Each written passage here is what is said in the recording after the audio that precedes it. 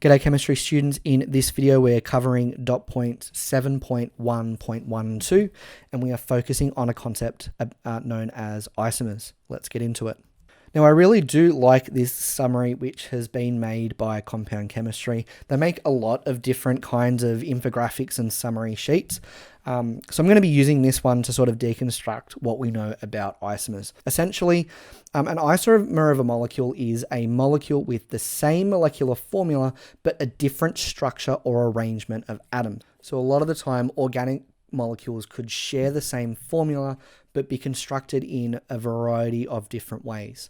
Now we can classify isomers into two key pools: structural isomers and stereoisomers.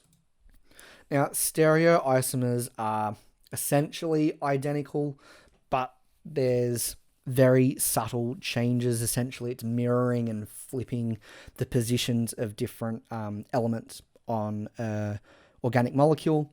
These concepts are not a part of the HSC. What we focus on are changes in appearance and structure. So chain isomers are organic molecules that have the same formula but have different arrangements of branching. So the molecule's carbon skeleton is changed. So if I have butane, its formula is C4H10, but so is 2-methylpropane. They have the same formula, C4H10, but 2-methylpropane here, instead of having 4 carbons in a row, has one of the carbons become a methyl group. We can also have position isomers, so same formula, same functional groups as well, but the position of the functional group differs. So but-2-ene versus but-1-ene. They are very similar in a lot of ways, but with a different name comes different properties and all sorts of other things. So they are technically different chemicals, despite being similar both in formula and in functional group. We can then also have differences in functional groups themselves. So here we have but-2-ene and a cyclocompound.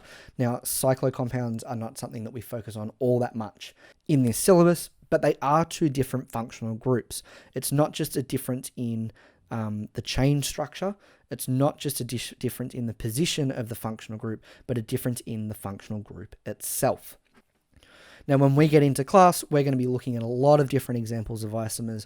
I'm going to be giving you a bunch of different chemicals and you're going to have to try and figure out all the different isomers for them. Certainly, this concept is best understood through action and practice. Thank you very much, everyone. In the next video, we're going to start exploring some properties that we can use to distinguish, classify, and describe organic substances. But until then, have a good one.